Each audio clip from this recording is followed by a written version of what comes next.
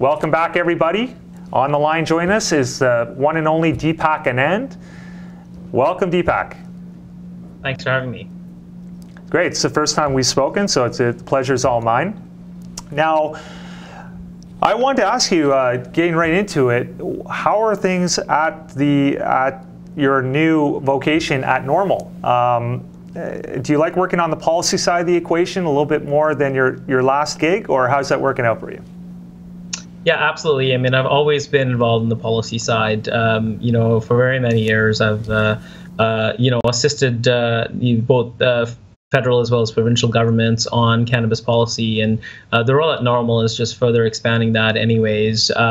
I mean, one of the biggest things that we're, sort of moving forward on Norml is the whole amnesty piece, because quite frankly, we've gone forward with legalization, and we've unrolled a number of things in various provinces, but one of the big issues that still is unresolved is Canadians still continue to be charged unfairly for cannabis-related offenses, and more importantly, there's a number of Canadians that are charged historically for minor possession, and one of the things that Norml we're trying to do is fight or lobby for that. So one of the things that we're looking to actively sort of lobby for is to ensure that Canadians that have been unfairly charged for cannabis-related offenses are granted amnesty to some end. And there is that issue that sort of is looming because a number of people to this day can apply for licenses. They can travel to the US. I mean, it's a serious issue. Okay, can you tell me what is the motivation or the backers behind the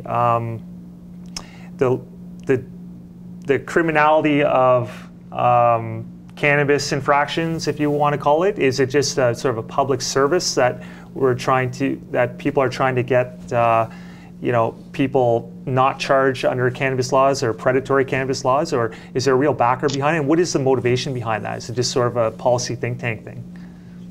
Yeah, I mean, historically, we've had laws in this country that would prohibit anyone from sort of undertaking cannabis retail businesses. And a lot of the laws, whilst the Cannabis Act may have come into effect, a number of laws relating to amnesty and particularly possession and simple possession charge under the previous regulations still hold. I mean, one of the things that the Liberal government said when they were legalizing cannabis was, they would look at sort of cannabis amnesty once they've dealt with legalization. And now that the legalization file is unraveled, we very much look forward to working with them to ensure that we hold their feet to the fire as far as cannabis amnesty is concerned.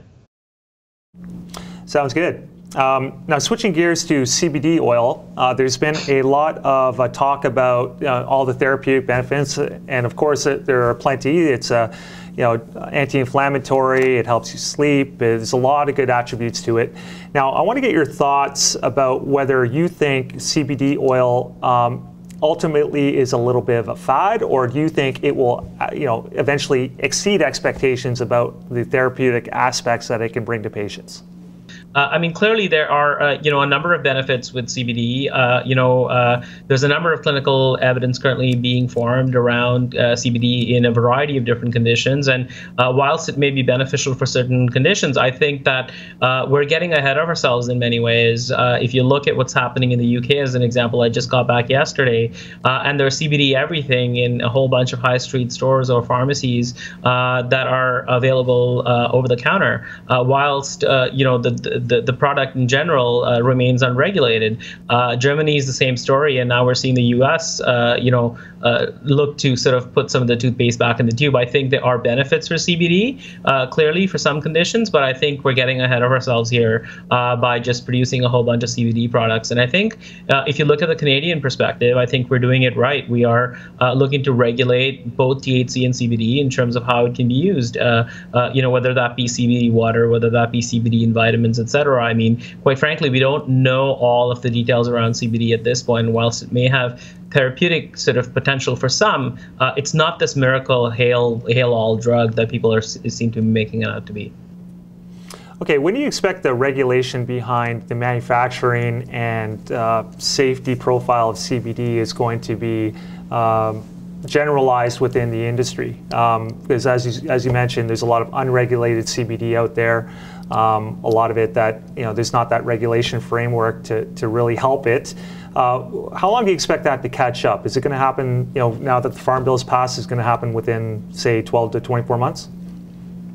Yeah, absolutely. I mean, the US FDA has clearly said that they're going to look at sort of, regulating CBD.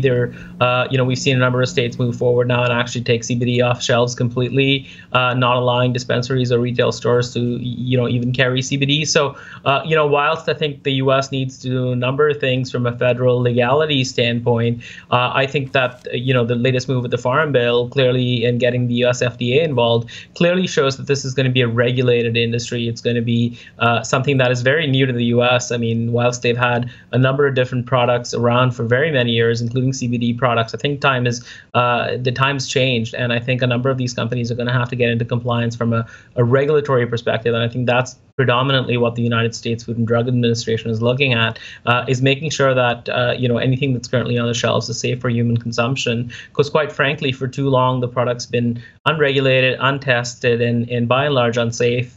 Potentially full of pesticides and other heavy metals, etc. There was a study that was just done yesterday that looked at 6 CBD products on the market and either found no CBD in it or found dangerously high levels of pesticides and other sort of harmful ingredients in the product. So that is going to have to change, and I think that's predominantly what the US FDA is looking to do at this point. Deepak, your company is a Canadian company, is that correct? Yes, that's correct. I sit on the board of a number of different organizations. I think what we were talking about earlier was an organization called Norml. Norml is a worldwide organization, and it stands for the Organization for Marijuana Laws and Reform against sort of unjust laws. One of the other organizations that I sit on the board of is an entity called CFAMM, and that's Canadians for Fair Access to Medical Cannabis. And I think you'll hear a lot this week in terms of some of the initiatives that we're working on to eliminate tax for medical cannabis. These are non-for-profit entities that I sit on the board of.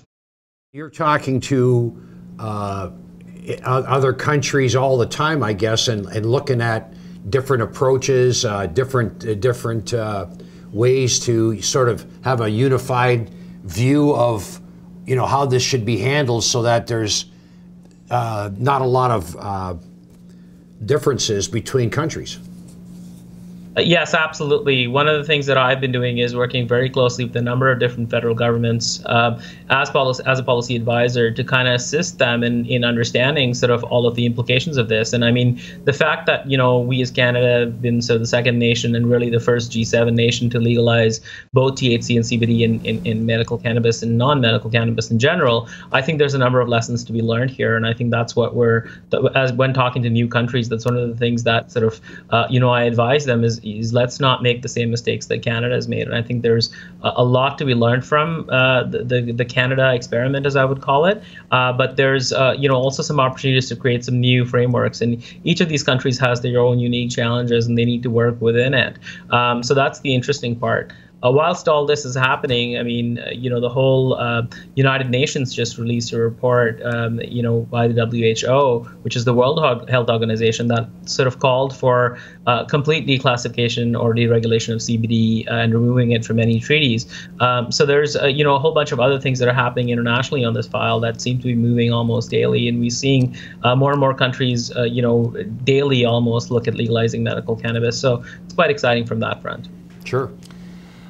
Okay, Deepak, I know the capital markets perhaps isn't your primary focus, but I wanted to get your thoughts about the Canadian LP advantage, especially on the Tier 1 side, the canopies, Afrias, and so forth. Now, there's a line of thinking out there that believes that the Tier 1 Canadian LPs have a decided advantage internationally because they've already set up shop. They have different agreements in other countries like Germany, the UK, and Latin America, as opposed to the multi-state operators down in America. So do you consider this a big head start and a big advantage that the Canadian LPs on the capital market side can parlay into against their MSO neighbors down south who aren't really even established internationally?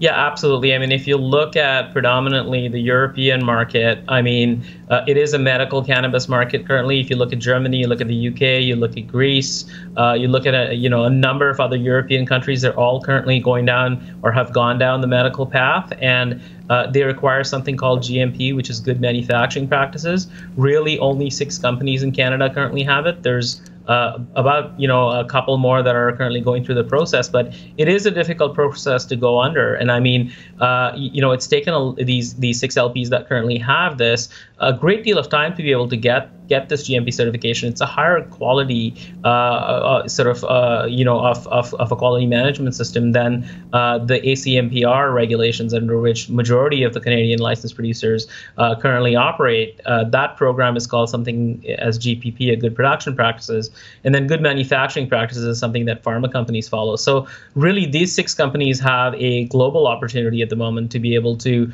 dominate the landscape, and they certainly are. We're seeing a number of countries already start to export to Germany. I think this week we've seen, today Aurora announced their first shipment to the UK. Last week, Canopy made a similar announcement. When you compare that, to the US, I mean, your question around will we face sort of threat from the US? I think that a number of US multi-state operators or MSOs have been operating, sort of in absence of any federal regulations, and certainly haven't been able to get this coveted GMP certification from Europe, because you can only get GMP certification if your country actually has a federal framework. And because the US is absent on that and is still going to remain absent for quite some time on that, I think there's a real opportunity for Canadian companies here to compete on the global scale. Now, keep in mind, I don't think the risk is necessarily the U.S. or the threat is the U.S. at this point.